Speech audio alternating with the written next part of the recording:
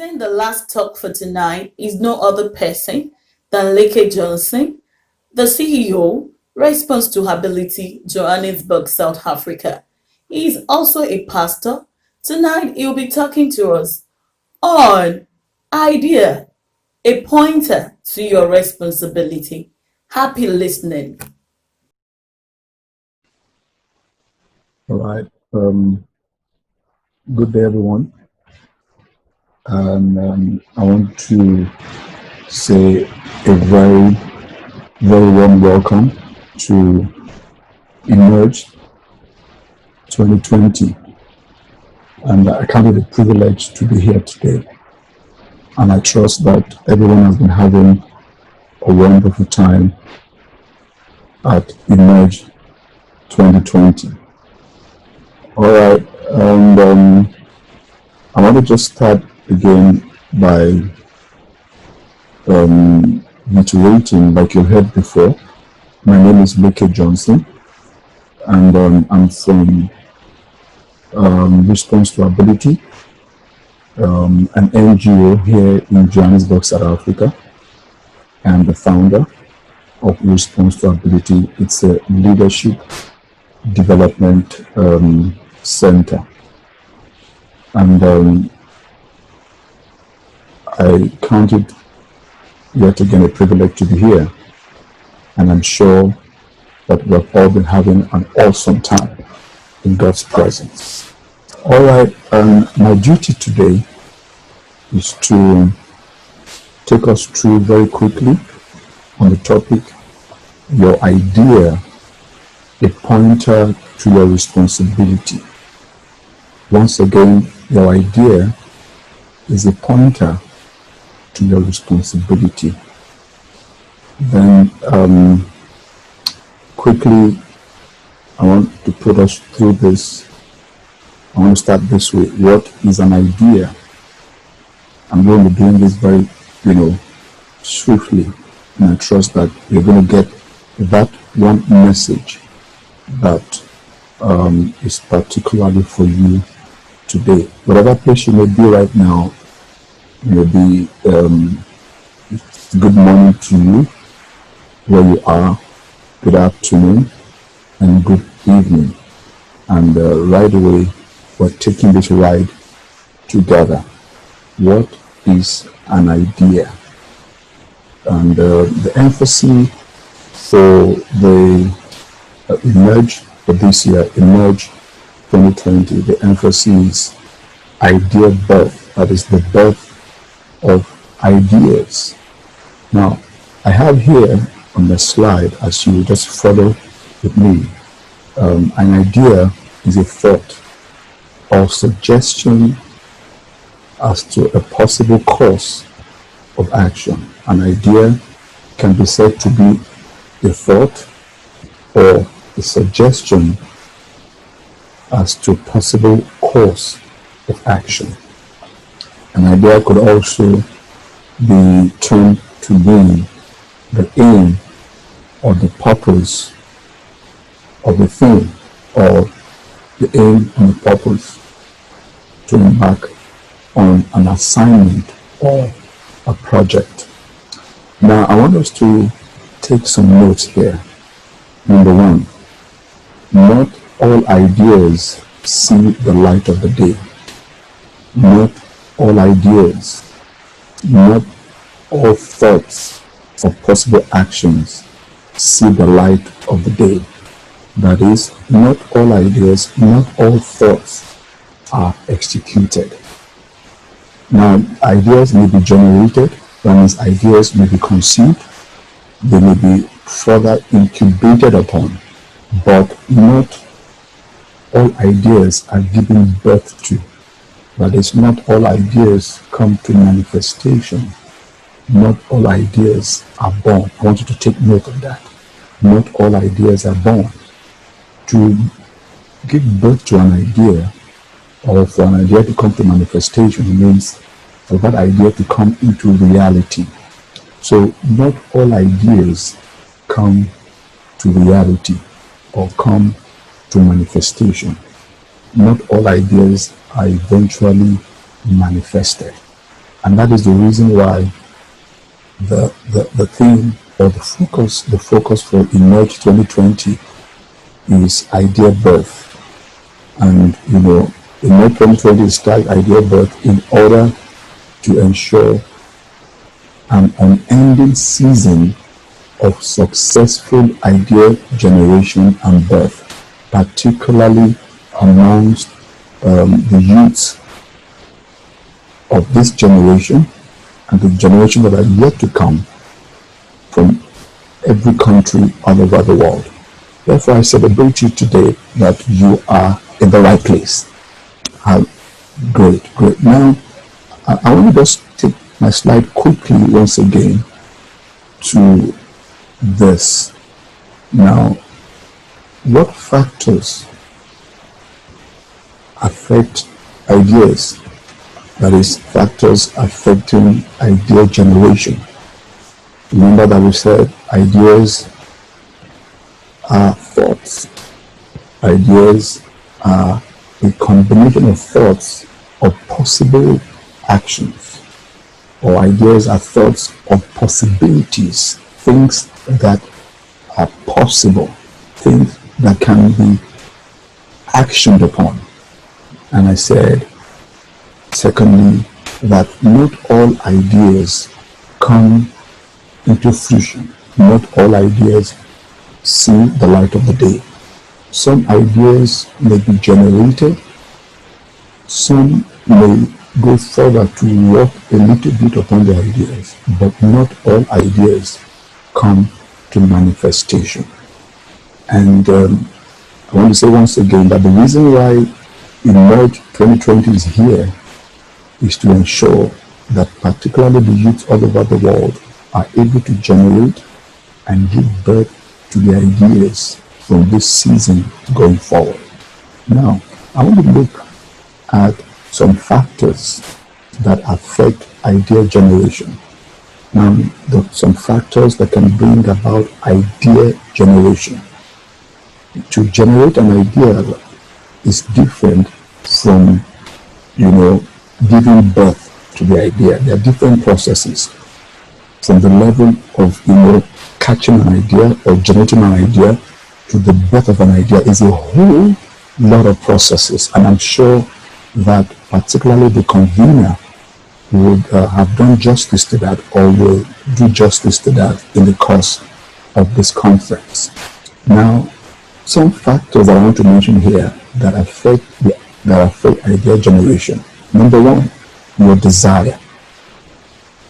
Your desire. Desires are very strong. Your desire for a certain attainment, or for your desire to achieve, certain levels, or to achieve certain things, or to attain certain conditions, stir up the longing, the desire to birth ideas, to generate ideas. And listen, whatever you desire propels you to generate ideas on how to attain them. Ideas are generated when you have desires. For example, if you have a desire to study, to go to university or to go for the master, you have this strong desire. Your desires get you to a point where you begin to think, how can I bring about, or how can I bring about, the reality of my studying medicine or whatever course you could choose to study. Strong desires bring about idea generation. When you have a strong desire to feed the nation, you have the strong desire, to help the poor, somehow on the inside, ideas begin to come. Desires triggers the generation of ideas. Number two, quickly, detest. Whatever you detest, or when you detest some certain situations or conditions or circumstances, to detest something means to dislike. All right. So when you dislike something or certain situation or condition, it also triggers the generation of ideas. For example, you do not like you do not like cold, you do not like the cold weather, and you find yourself in the cold season or in a cold, or in a cold region. Now, quickly, your mind begins to think, how can I keep myself warm? It just begins to trigger idea generations. Whatever you dislike, when you dislike, some certain situations, some certain circumstances, you begin to trigger that part of your mind that begins to generate ideas on how to keep yourself from that circumstance, from that situation, or from that condition that you dislike. Number 3, demands. Demands.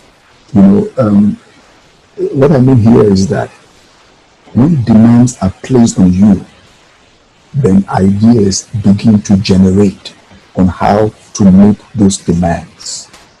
For example, when your supervisors come to you and they say to you, you need to turn in this report by the end of the day.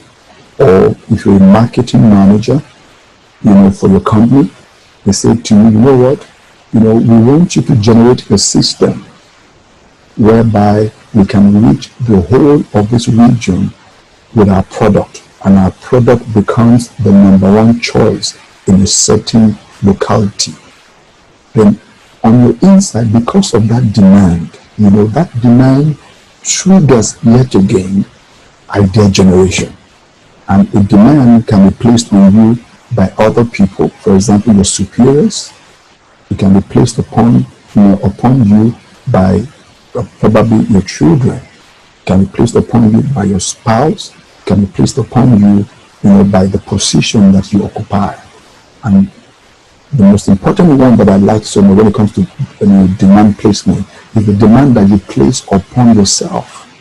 The demand you place upon yourself. You could place demand upon yourself when you set goals for yourself, when you set objectives and targets for yourself. When you set up a target, when you set up a goal, it places a demand on you to be able, to generate ideas that will help you to attain that goal that you have set for yourself. And like I said, I prefer the last, kind of demand, that is demand that is placed upon you by the goals that you have set out for yourself. Number 4, your deductions. Your deductions. What I mean by, the things you get, the lessons you learn, your deductions from, or lessons you learn from experiences. Your deductions, and by that I mean the lessons you learn from some certain experiences. They also trigger idea generations. For example, for someone who came from a family that was going through some tough times of poverty, there are some lessons that you would have learned going through that kind of childhood that will make you to generate ideas that will make you to avoid such a kind of lifestyle for yourself and for your own family when you get to that stage of your life. Now, I want to just go quickly again today that, because my topic is your ideas are pointers to your responsibility. Now, quickly, what is a responsibility? And this is a word that we use so often. We use this word so often. You see, so many people, use the word responsibility. And people say to themselves, I'm responsible. But very few people understand the concept of responsibility. And that is the reason why in our organization, that is Response to Ability Center, we focus on, responsibility. We focus on the concept of responsibility. All right. And, I'm going to define responsibility, from two different perspectives. Now, from the dictionary perspective, that is A, from the dictionary perspective, we see that responsibility is defined as the state or the fact of having a duty. The state or the fact of having a duty to deal with something or to have control. Responsibility, once again, from the dictionary, is having a state, is being in a state or, the fact of having a duty to deal with something or having control.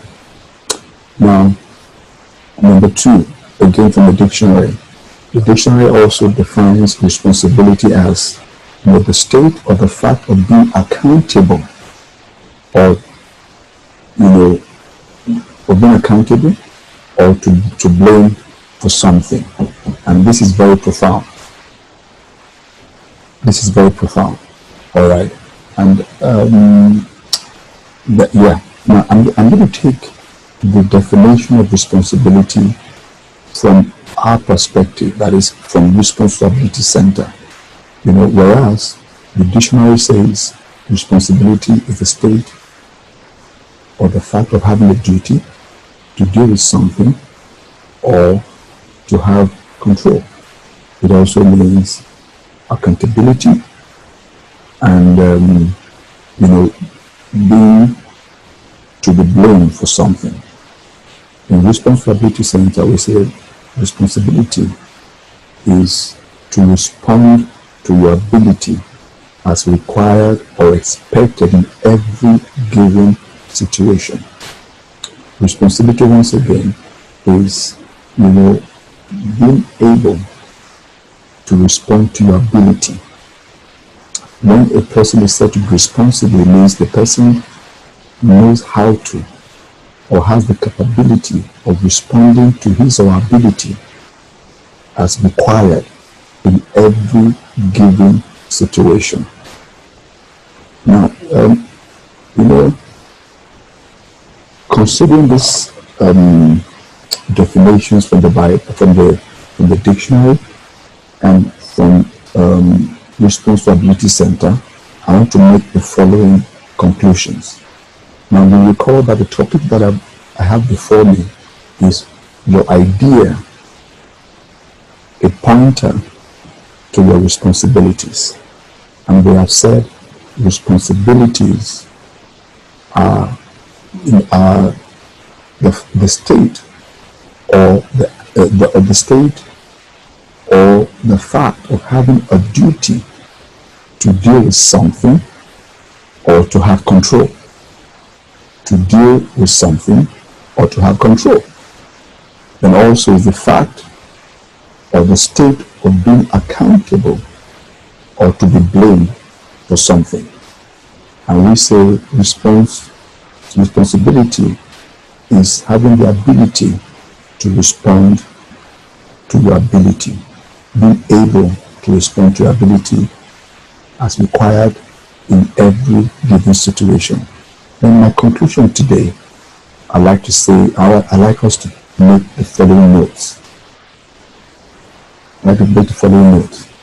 With reference to the definition that we've given above, your ideas are pointers to your responsibilities because, number one, your ideas, give you a pointer to the responsibilities that you should, embark upon. You should take upon yourself. And number one, because you say it is your duty to deal with anything or have control over every situation that arises with regard to generation and to the point of birth of your ideas. Let me state that once again. You say that your ideas are pointers to your responsibilities. Your ideas are pointers to your responsibilities. Why? Because it is your duty to deal with anything and have control of every situation that arises with regard to the generation up until the point of the birth of your ideas. So why do we say your ideas are pointers to your responsibilities again? Number 2, you are accountable and you are to blame for the outcomes of your ideas. No blame trading. You don't have any reason to blame anyone for the failure or the non-execution of your ideas. You are accountable and you are to be blamed for the outcomes of your ideas. You need not to blame or to trade blames with anyone. Your ideas are the pointers to your responsibilities. So it is your responsibility to ensure that your ideas are well generated, they are developed and well executed. No blame trading. It is your responsibility. Now why do we say your ideas are pointers to your responsibility? Thirdly, and the final note today is that your ideas are indicators to the potentials that you have on your inside. Your ideas are indicators to the potentials. That is, what I mean by potentials, the potentials are your yet to be discovered abilities. Your ideas give a pointer to the potentials you have on your inside. And each time you think about your ideas and you look at it, how do I go about this idea? And you think, oh, how I wish I had the ability to write in order for this idea to be executed. And that tells me quickly that you have the potential to write. That is the meaning to me. You have the potential to write. Whatever idea you have been able to generate is a pointer to the potential that you need to develop on your inside. And your ideas also indicate to you the abilities that you need to work upon, the abilities that you need to respond to. Your ideas are also pointers to the abilities that you have, that is, to the obvious capabilities. Your abilities are your obvious capabilities, things that are obvious that you can do. So every idea that you are able to conceive, listen to this, is a pointer, number 1, to the potential, that is, the potential, the yet to be discovered abilities. And your ideas are also pointers to the abilities that you must respond to. All right. So I want you to take this in your mind as you go today, that your ideas are pointers to your responsibilities. And I want you to just drop in the chat box, you drop in the comment section your questions. I'm just going to keep it short today, and I want you to drop your questions with regard to responsibility, with regard to leadership, with regard your ideas vis-a-vis your responsibilities, so that we'll be able to deal with them during the course of this conference or afterwards. Now, lastly, I want to say a big thank you to you, for being a part of this conference this year. And I say, thank you to organizers. I say thank you to Value Added Leadership Center for having me this year, once again this year in EMERGE. And I'll be looking forward to seeing you in EMERGE 2021. Thank you, and God bless you. Bye for now.